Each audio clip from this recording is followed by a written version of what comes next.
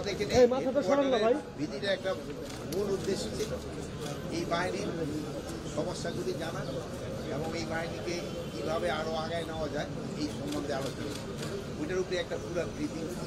তা আপনারা জানেন এই বাংলাদেশের কিন্তু আনসারের সদস্য সংখ্যা 60 লাখেরও উপর। তা আমরা এরাদের সবাই কীভাবে ভালোভাবে একটা ট্রেনিংয়ের আন্ডারে আনতে পারি এবং একটা ডাটা বেসের ভিতরে যারা থাকে এখন কীভাবে সমাজে বিভিন্ন উন্নয়নমূলক কাজে লাগানো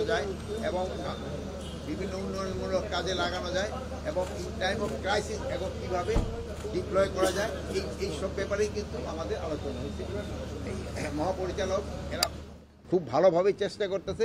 এই 60 লাখের উপরে কিন্তু প্রায় 61 লাখের মতো আনসার, এদের ট্রেনিংটা আরও কীভাবে ভালো করা যায় এবং এরা জনগণকে কীভাবে আরও বেশি সেবা দিতে পারে এই ব্যাপারে।